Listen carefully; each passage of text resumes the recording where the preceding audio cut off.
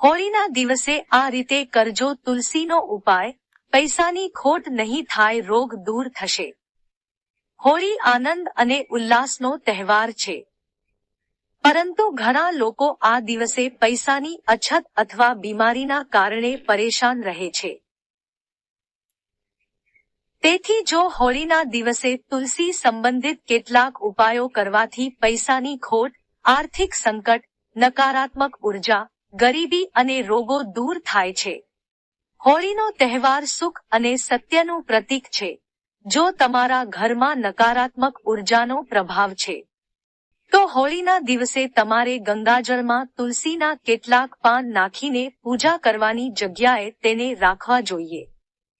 પૂજા પૂરી કર્યા બાદ તેને ઘરમાં હાંટવું જોઈએ.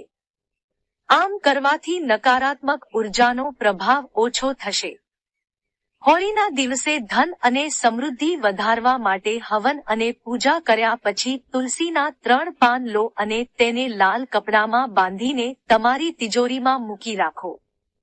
આ ઉપાય કરવાથી સંપત્તિ વધે છે અને જીવનમાં પૈસા સંબંધિત સમસ્યાઓ દૂર થાય છે. આ સિવાય સંપત્તિમાં વૃદ્ધિ જેવા લાભ પણ મળશે. હોળીના દિવસે ઘરમાં તુલસીનો છોડ અવશ્ય લગાવો. એવું માનવામાં આવે છે કે જે ઘરમાં તુલસી હોય છે ત્યાં નારાયણ પણ વાસ કરતા હોય છે.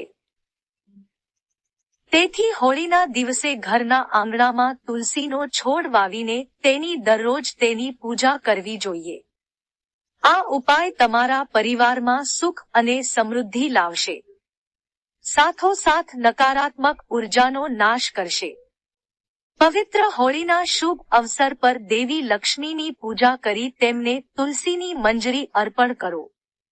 આમ કરવાથી દેવી લક્ષ્મી પ્રસન્ન થશે અને તમારા જીવનમાં આર્થિક નુકસાનથી તમારું રક્ષણ કરશે. આ ઉપાય કરવાથી જીવનની આર્થિક સમસ્યાઓ દૂર થઈ જશે તથા દેવી લક્ષ્મીની કૃપા પ્રાપ્ત થશે. હોળીના દિવસે શ્રી કૃષ્ણના લડ્ડુ ગોપાલ સ્વરૂપનો તુલસીના પાનથી અભિષેક કરવો જોઈએ. અભિષેક બાદ તે પાનને પ્રસાદ તરીકે ગ્રહણ કરવા જોઈએ. આ ઉપાયને અનુસરવાથી વ્યક્તિને રોગો અને દોષોમાંથી મુક્તિ મળે છે. હોળી પર કર્મકાંડ, પૂજા વગેરે દરમિયાન ભગવાન વિષ્ણુ અને શ્રી કૃષ્ણને અર્પણ કરતી વખતે તેની ઉપર તુલસીના પાન અવશ્ય રાખવા જોઈએ. એવું માનવામાં આવે છે કે ભગવાન વિષ્ણુ અને ભગવાન કૃષ્ણ તુલસીના પાંદડા વિનાનો પ્રસાદ સ્વીકારતા નથી, તેથી તેમને પ્રસન્ન કરવા માટે તુલસીના પાંદડા ઉમેર્યા બાદ જ પ્રસાદ અર્પણ કરવો જોઈએ.